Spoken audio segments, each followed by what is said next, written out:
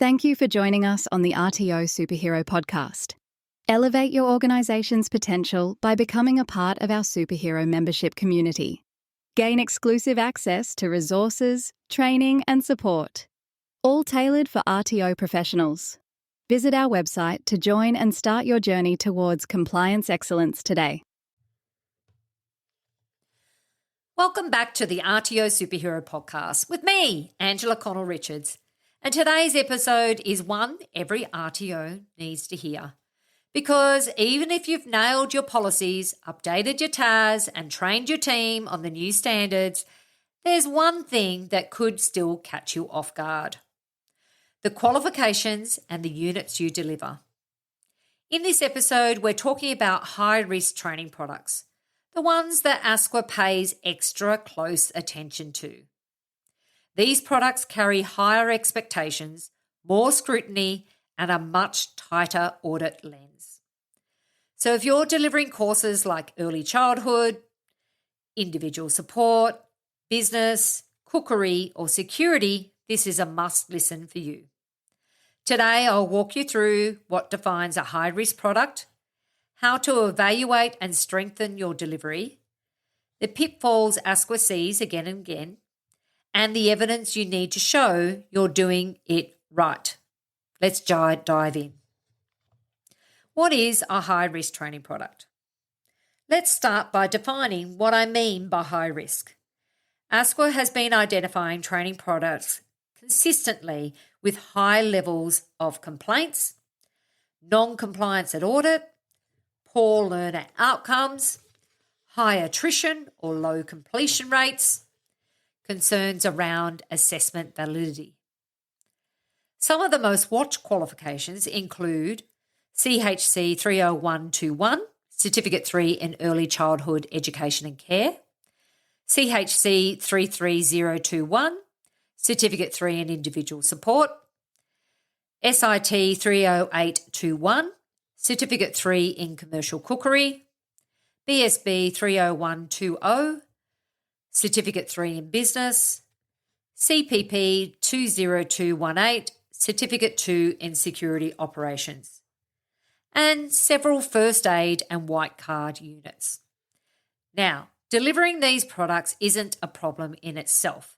The risk comes from how they're delivered, assessed, and supported. If ASQA sees that you're running one of these quals, they expect you to have tight systems, strong evidence, and a clear track record of quality. Why these training products attract extra scrutiny? So why is it considered that these training products are risky? Here are the most common reasons. High enrolment and volumes.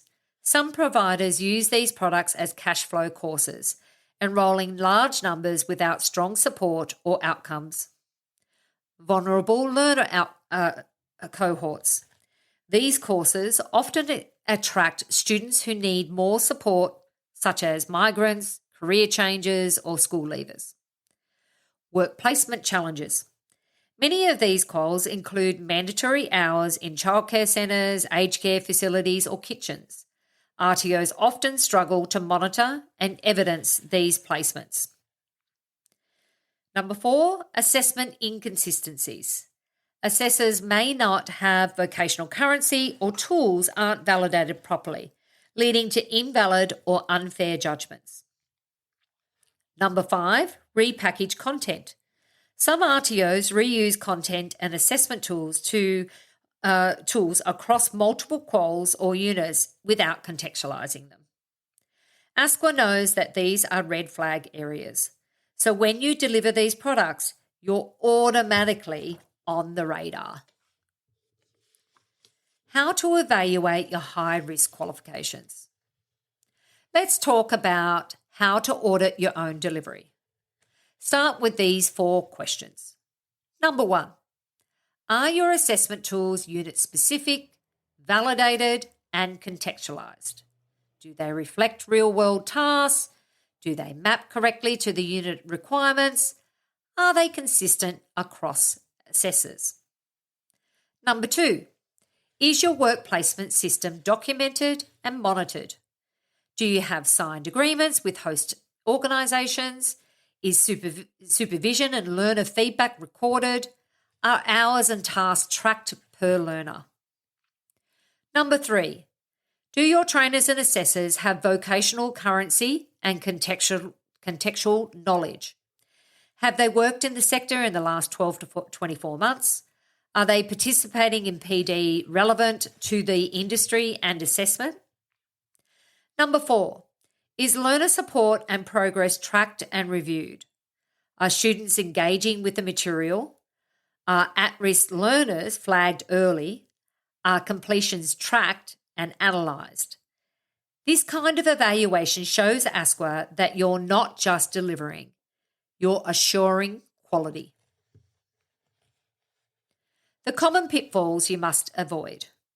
Now, let's get into the danger zone. These are the most common pitfalls I see RTOs fall into when delivering high-risk training products. Copy and paste assessments. Using the same assessments across different quals without contextualisation is a major risk. For example, a cleaning task used in a childcare and cookery that doesn't pass the sniff test. No workplace evidence. If placement hours are signed off, but there's no task breakdown, supervisor verification, or learner reflection, you don't have sufficient evidence. Inexperienced trainers. Trainers delivering aged care with no current sector experience, or assessors relying solely on their old job history without updated skills. This is non-compliant. Lack of validation records. No pre-implementation validation, no moderation, and no review of outcomes, assessment chaos. Ignoring feedback. Learner complaints or employer feedback are often dismissed or worse, never collected. How to strengthen your high-risk delivery. Here's how you can flip the script and deliver high-risk products with confidence. Update your validation plan. Schedule validation before and after delivery. Rotate assessors. Document everything. Use reflective tools in placements. Have learners reflected on their tasks.